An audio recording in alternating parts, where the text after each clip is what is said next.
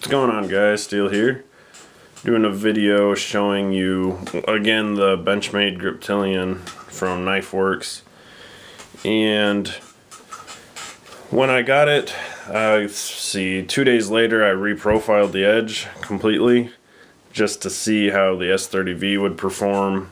I think the stock edge was about 20 degrees per side, and I reprofiled it back to roughly 11 to 12 degrees, I think.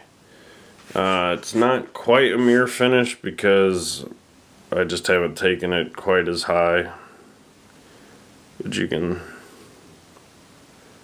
see it's still pretty reflective. And basically I wanted to see how it would perform. So I put it, like I said, about 11 to 12 degrees per side. And then I put a 30-degree micro bevel on it. And then I took it to work the next day, and it performed fantastically. I cut a bunch of rope used for like boating and stuff. And not only did it cut much better than it had with the stock edge on it, like just what the factory had set the angles at, and then I sharpened that. Cut much better than that. And it wasn't taking any edge damage either, so it wasn't rolling or chipping out on me. In fact, I did all that. I was cutting some zip ties with it. Can't remember what all else I cut. Tried to do a decent amount of work with it, and it is still, without having been touched up or anything, it is still ridiculously sharp. Which surprised me a little because of such a low angle I had it set at. But it is push cutting with no problem still. And that's what I've been trying to do, is reprofile a lot of the edges, the factory edges.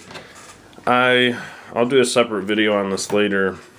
I got this M390 Paramilitary 2 in just yesterday, and the edge on it from the factory was sadly the worst I'd ever seen from Spyderco. And I started to reprofile it, and a lot of people said M390 wasn't hard to sharpen, and I wouldn't say it was hard to sharpen. I would, however, say during the reprofile I could definitely tell it was much more wear resistant. And so yeah, that's just, I started to take that one back to about 11 to 12 degrees per side as well.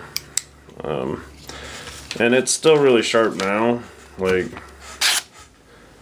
no problem. But the thing is, the angles are so lopsided from the factory. Like one side, it's doesn't look quite like a chisel grind, but you can see that one side of the edge is much more obtuse than the other. And it would just be a lot of, I don't have like a Wicked Edge or a Edge Pro yet. I'm planning on saving up for one eventually, just because that's almost $300 is a lot for me to drop at one time right now, with more because I purchased a lot of knives. So I'm actually going to send it down to Smoke Eater, and he's going to totally reprofile it for me, and I'll report back then. But yeah, if you get a chance and have the time, or just want to mess around with something, try taking your knives back a little lower. That's one thing. If you read through some like Z Knives articles, the author, he talks about taking advantage of the wear resistance that steel has by taking it to lower angles and stuff. It's a pretty good article to read, and the whole website is very informative. So alright guys, that's all I got for you today. I have a few more videos coming up in this week and such. I plan to pick up on my video output again, and I will catch you guys later.